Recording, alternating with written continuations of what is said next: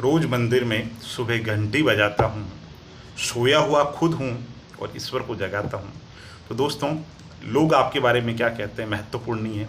सवाल खुद से पूछो कि जिस एग्ज़ाम की आप तैयारी कर रहे हैं उस एग्ज़ाम में टॉप लेवल की जो तैयारी होनी चाहिए वो आपकी है या नहीं है।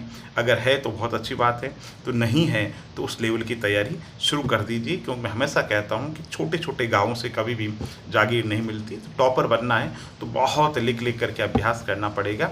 जैसे एक छोटा सा टॉपिक है सोशियोलॉजी के अंदर, आर्यस मेंस के अंदर, संस्कृतिकरण। अब संस्कृतिकरण क्या है कि निम्न जाति के जो लोग हैं, उच्च जाति के जो लोग हैं, उनकी जो परंपराएं हैं उनका अनुसरण करने की कोशिश करते हैं या करते हैं और उनके साथ में तादात्म्य स्थापित करते हैं, ठीक है, अंतर संबंध स्थापित करते हैं ना। ये बात होगी। उसकी जो 6 विशेषताएं हैं एम एन श्रीनिवासन बताते हैं कि साहब ये 6 विशेषताएं हैं।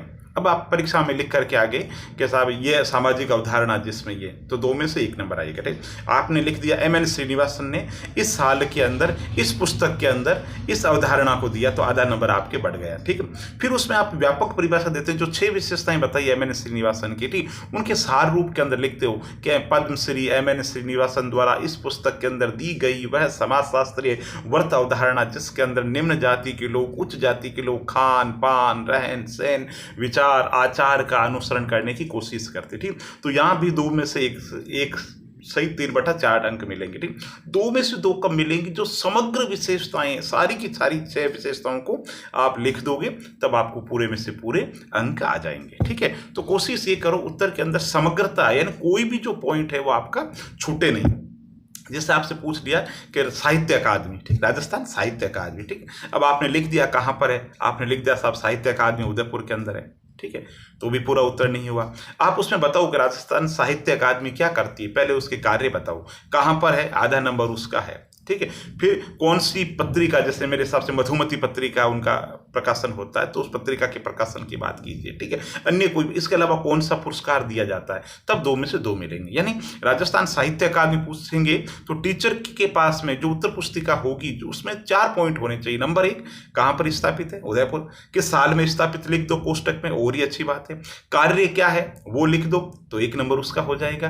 ठीक है, इसके अलावा मधुमती पत्रिका प्रकाशन कोष्टक में लिख देते हो तो अच्छी बात है, और वर्तमान में अध्यक्ष लिख देते हो तो और ये चीज। तो कहने का मतलब है उत्तर के अंदर समग्रता होनी चाहिए, तभी मुख्य परीक्षा में आपके अंक आएंगे। और ये प्रारंभिक परीक्षा और मुख्य परीक्षा के झोले में मत पड़ो, तैयारी इस तरीके से करो चीजें आपको सारी की सारी याद आ जाए। राजस्थान की आर्थिक व्यवस्था तो अभी याद हो जाए, भूगोल अभी याद आ जाए, प्रारंभिक मुख्य परीक्षा के चक्कर में मत पड़ो। मेरे एक दोस्त है, उनसे पूछते थे योजना आयोग, तो वो कह रहे क्या योजना आयोग बार बार पढ़ना, ये लो साहब 15 मार्च 1950 में स्थापित है गैर संवैधानिक निकाय जिसका कार्य उपलब्ध संसाधनों का पूर्वानुमान लगाना, देश में उपलब्ध भौतिक पूंजीगत तकनीक संसाधनों का पता लगाना, नियोजन के अंदर विकास की प्राथमिकताएं तय करना, देश के आर्थिक विकास के लिए एक तंत्र विकसित करना। तो इस तरीके के है।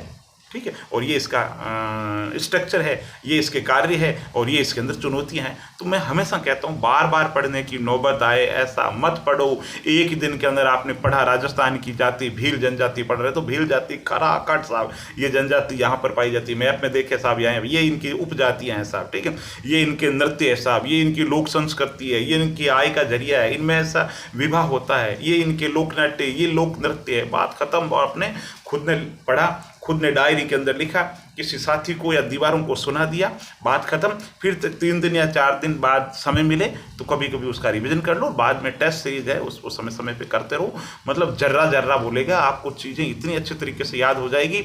और चीज़ें जब याद हो जाएगी तो आपको कॉन्फिडेंस आएगा, और कॉन्फिडेंस बहुत आगे लेकर के जाता है।